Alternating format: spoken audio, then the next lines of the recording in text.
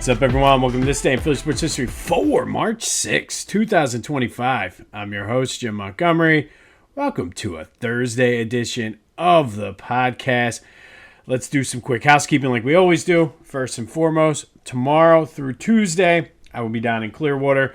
Tomorrow should be a normal episode. Sunday and Monday should be fairly normal. Tuesday might get a little wonky because that's when we're flying out, but we're not flying out till early afternoon.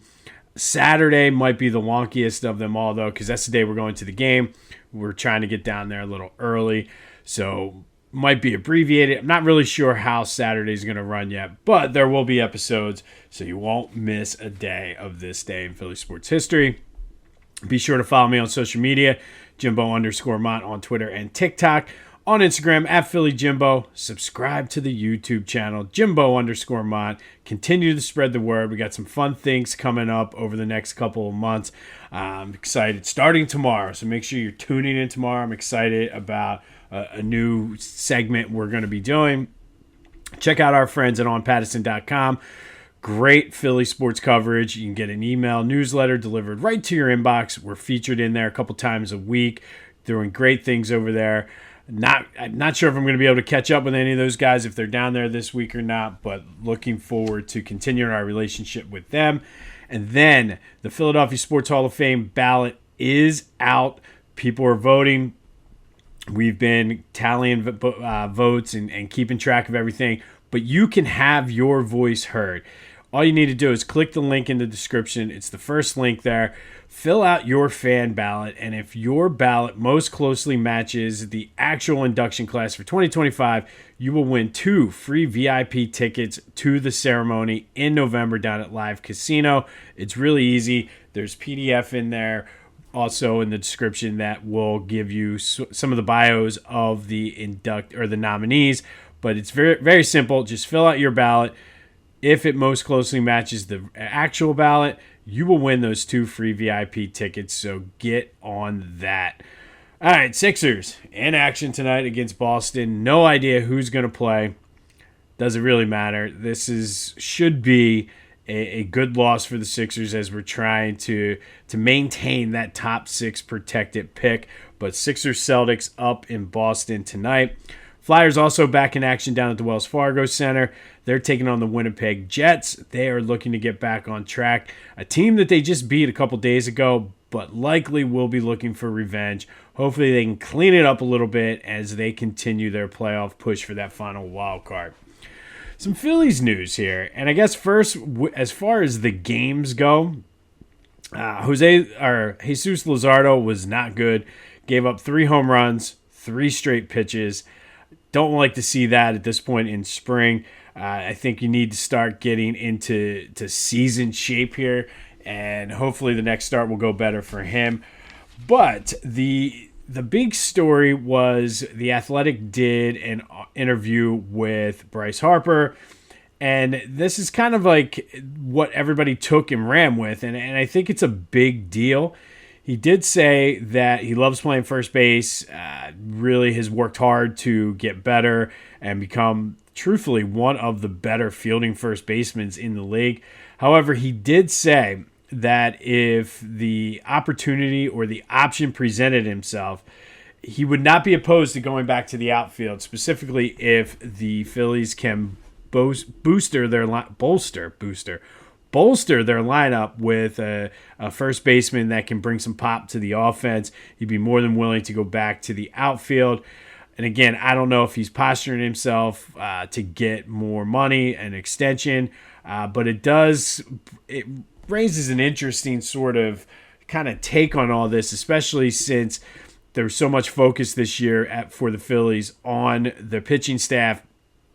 And likely the outfield is going to be one of the positions where they could use some help. So if they could bring in a first baseman, it does provide the Phillies some flexibility. But that's something to kind of keep an eye on and monitor as we go forward, specifically closer to the trade deadline or whenever, if there tends to be a first baseman available. That could also play into if the Blue Jays do not trade Vladimir Guerrero this year.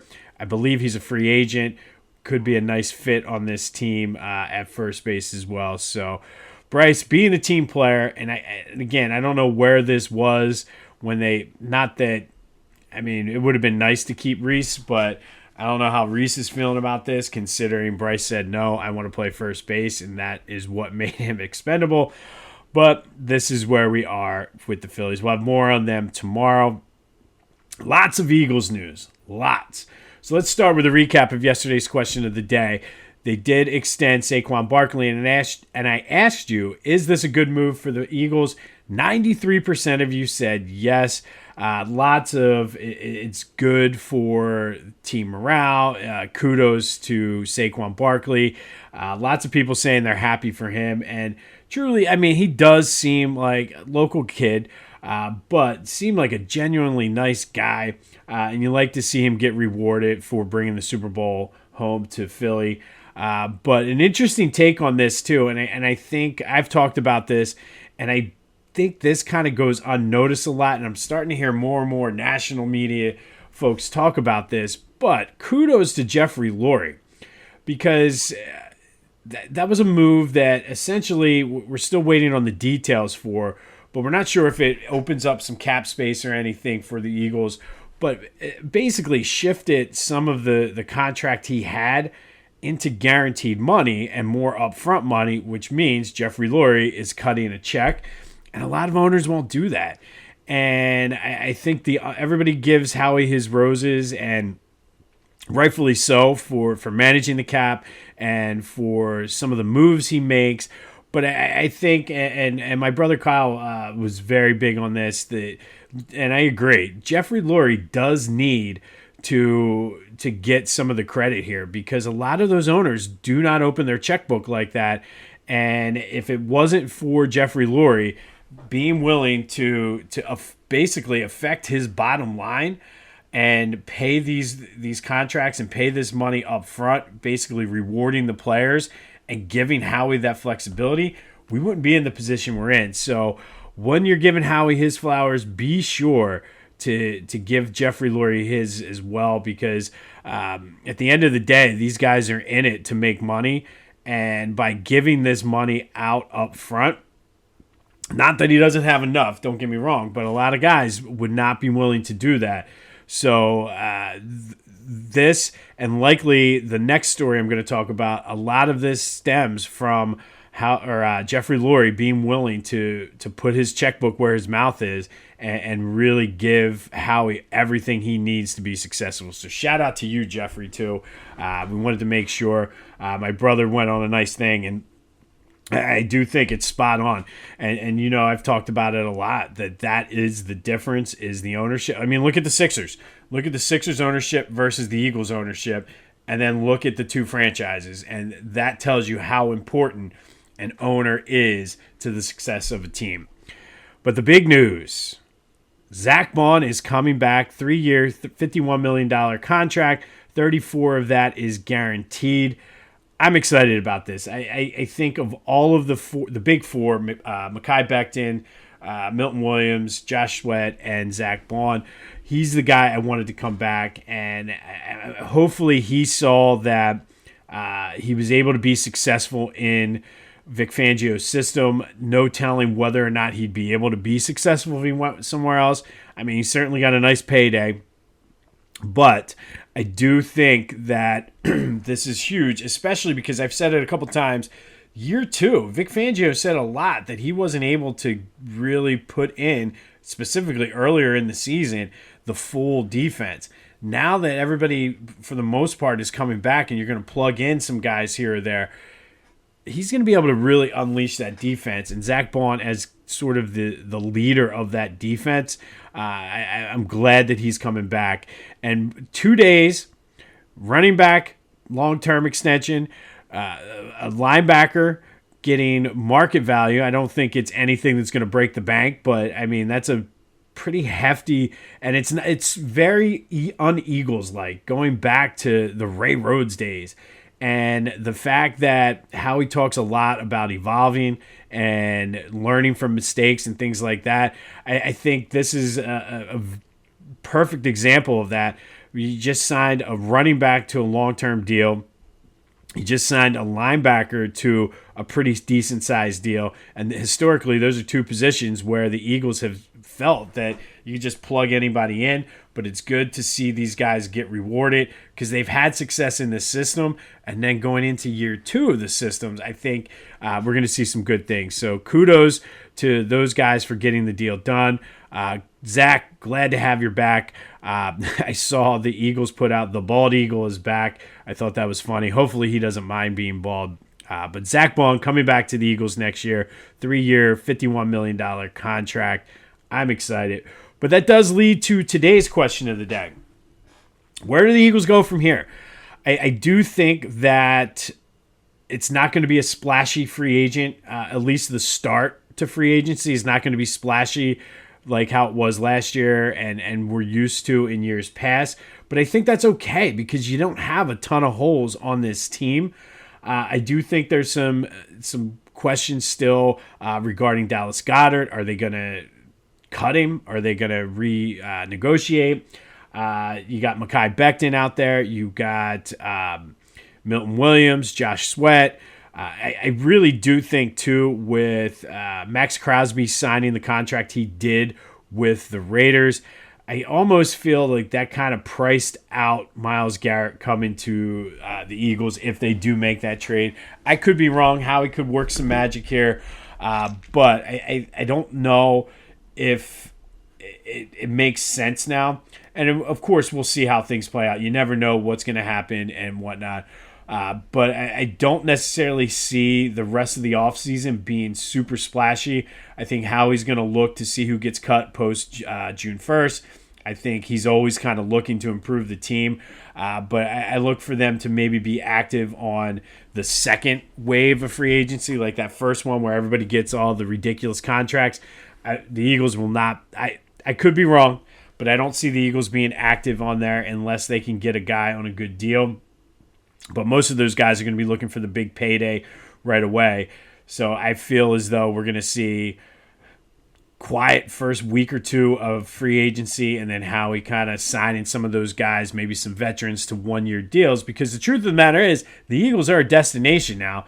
Everybody's been giving them their props for the way the organization is run, how they take care of their players and things like that. And rightfully so. But at the same time, these dudes, especially veterans, want to win. And the Eagles are certainly set up to compete for a Super Bowl again next year. So we're anxious to see how that goes. But what's the next move? You want to see them sign Mekhi Becton, Milton Williams, Sweat, do something with Goddard. I think there's going to be some probably more restructuring of contracts. But what's the next move for Howie? 267-495-8531. That'll get you into the Back to the Future voice and text line. Let me know what your thoughts are on this or anything else Philly sports related. And also, I don't think the next move is going to be Myles Garrett either way. Myles Garrett will not go anywhere until closer to the draft once teams kind of sort through all the free agency stuff. So for the Eagles, what is their next move? Is it signing Mekhi Becton, signing Milton Williams? I don't see them bringing back Josh Sweat. I think he already came back on a team-friendly deal. He's going to be looking to get paid, especially after how he played in the Super Bowl. But what's the next move for Howie and the Eagles? Hit me up on the Back to the Future voice and text line. And then go check out my friends over at the Clashing Conferences podcast. Lots of great things going on with their fan network. They're providing opportunities for guys to just have a little bit of fun, get their voice heard, and just enjoy themselves. So go to clashingconferences.com for more details on that. Been working on some things with them behind the scenes, so stay tuned for that. But clashingconferences.com, their podcasts are available wherever you get your podcasts as well as on YouTube. And then go to Philly Goat.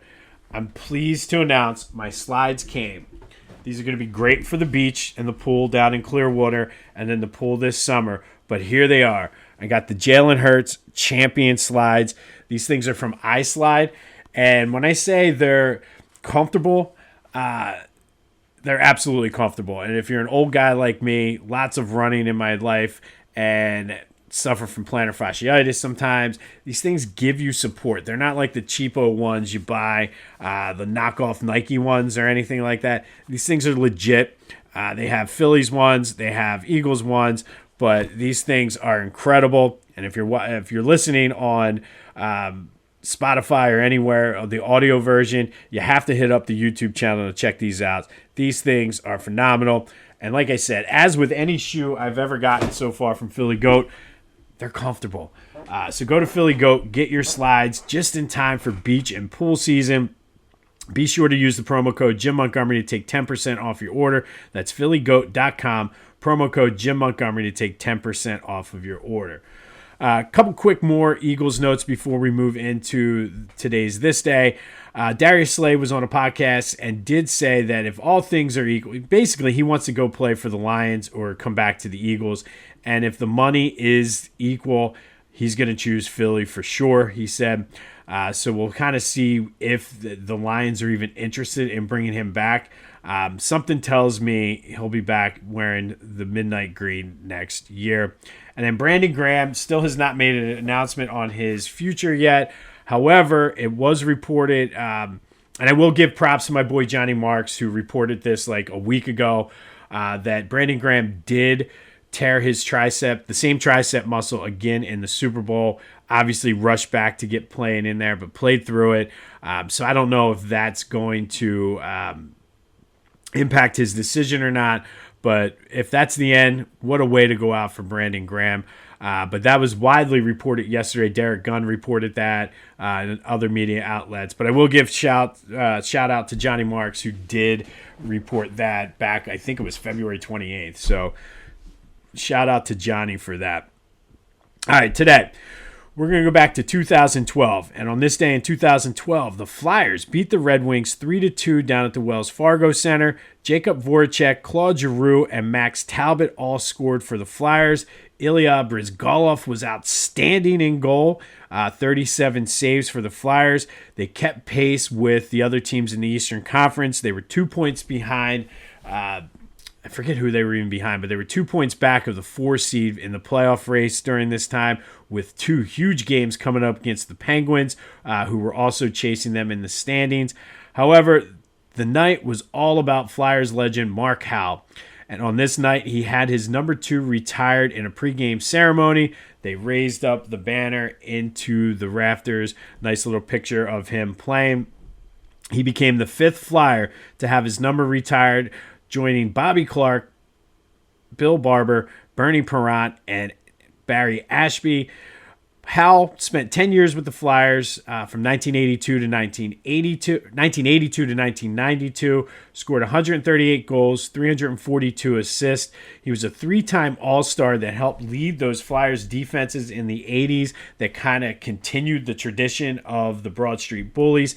He helped lead them to 2 Stanley Cup Finals. He is a Hockey Hall of Famer. He is the son of legendary NHL player, or I shouldn't even say NHL because he played all over, but legendary hockey player Gordie Howe. Mark is in the Philadelphia Sports Hall of Fame, and on this night back in 2012, got his number 2 hung in the rafters at the Wells Fargo Center on a night that the Flyers beat the Red Wings 3-2. But Mark Howe today is all about you.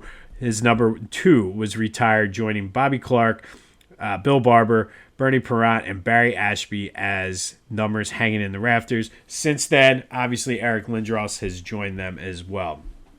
And then finally today, our Women's Big 5 Hall of Fame spotlight.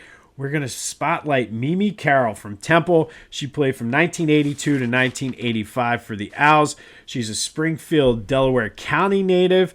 She was the Central League MVP her senior year at Springfield High School, leading them to a 16-0 record, and then went to Temple and became one of the most prolific scorers in Temple history. She graduated as their number 2 all-time leading scorer. She was all Big 5 her senior year for the Big 5 champion Temple Lady Owls. She was inducted into the Big 5 Hall of Fame in 1992 and then went into the Temple Athletics Hall of Fame in 1995. Upon graduation, she coached a little bit of high school girls ball, but while she was at Temple and even a little bit after, she helped coach their wheelchair basketball team. And in her obituary, her father even said she went so far as she learned how to play basketball in a wheelchair to help coach the wheelchair basketball team, which is amazing. So Mimi Carroll was a great player on the court, an awesome person off the court, gone too soon. She died at the age of 44 of cancer, but her legacy lives on as not only a great basketball player in Delaware County history, Temple University history, this whole area history, but just an amazing person, giving back, helping coach the wheelchair, and really immersing herself. Like, a lot of times you won't see people do this, but she learned how to play in a wheelchair to better coach the team. So Mimi Carroll, today we should salute you. Temple's own Big Five Hall of Famer and one of the best to ever do it. On this day in 2012, Flyers beat the Red Wings 3-2, but Mark Howe's number 2 was raised into the rafters of the Wells Fargo Center at a halftime ceremony, cementing himself as one of the all-time greats in Philadelphia Flyers history. We'll have more on whatever Howie decides to do next tomorrow. Be sure to let me know what your thoughts are on what his next move should be. Personally, I think you go after Becton and then you basically run it back and then you fill in some pieces here or there. Focus on the draft then. But what do you think? Hit me up on the Back to the Future voice and text line. Don't forget to get those slides, man. They're awesome. They're comfortable. All of that. We'll also update you on the Flyers and Sixers, as well as any spring training news coming out of Clearwater. And then make sure you tune in tomorrow. We got a new segment debuting. We're going to do it weekly on Friday, so stay tuned for that tomorrow. But this has been This Day in Philly Sports History for March 6, 2025. My name is Jim Montgomery. Go have yourselves a Thursday. And until next time, I'll see you when I see you.